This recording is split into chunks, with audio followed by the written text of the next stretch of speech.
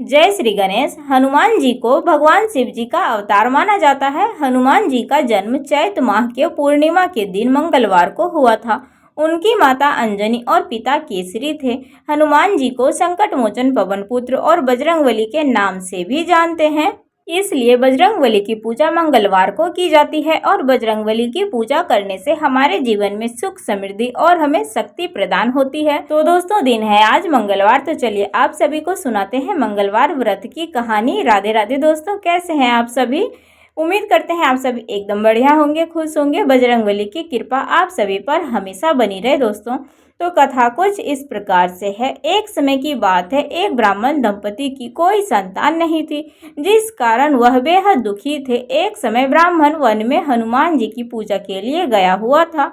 वहां उसने पूजा के साथ महावीर जी से एक पुत्र की कामना की।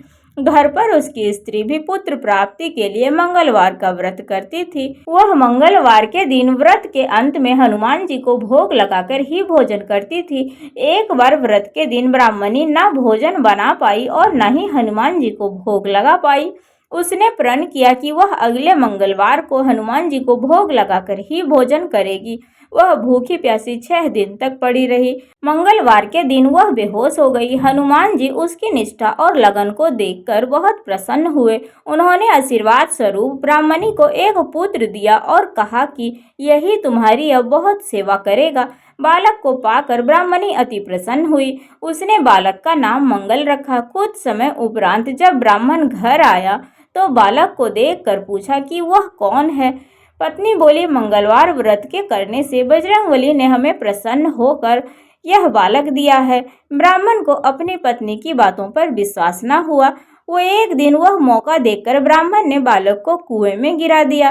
घर लौटने पर जब ब्राह्मणी ने पूछा कि मंगल कहाँ है, तभी पीछे से मंगल मुस्कुरा कर आ गया। उसे वापस देखकर ब्राह्मण आश्चर्यचकित रह गया। रात को हनुमान जी ने उसे सपने में दर्शन दिए और कहा कि यह पुत्र उसे उन्होंने ही दिया है। ब्राह्मण सत्य जानकर बहुत खुश हुआ। इसके बाद ब्राह्मण दंपति प्रत्येक मंगलवार को व्रत रखने लगे।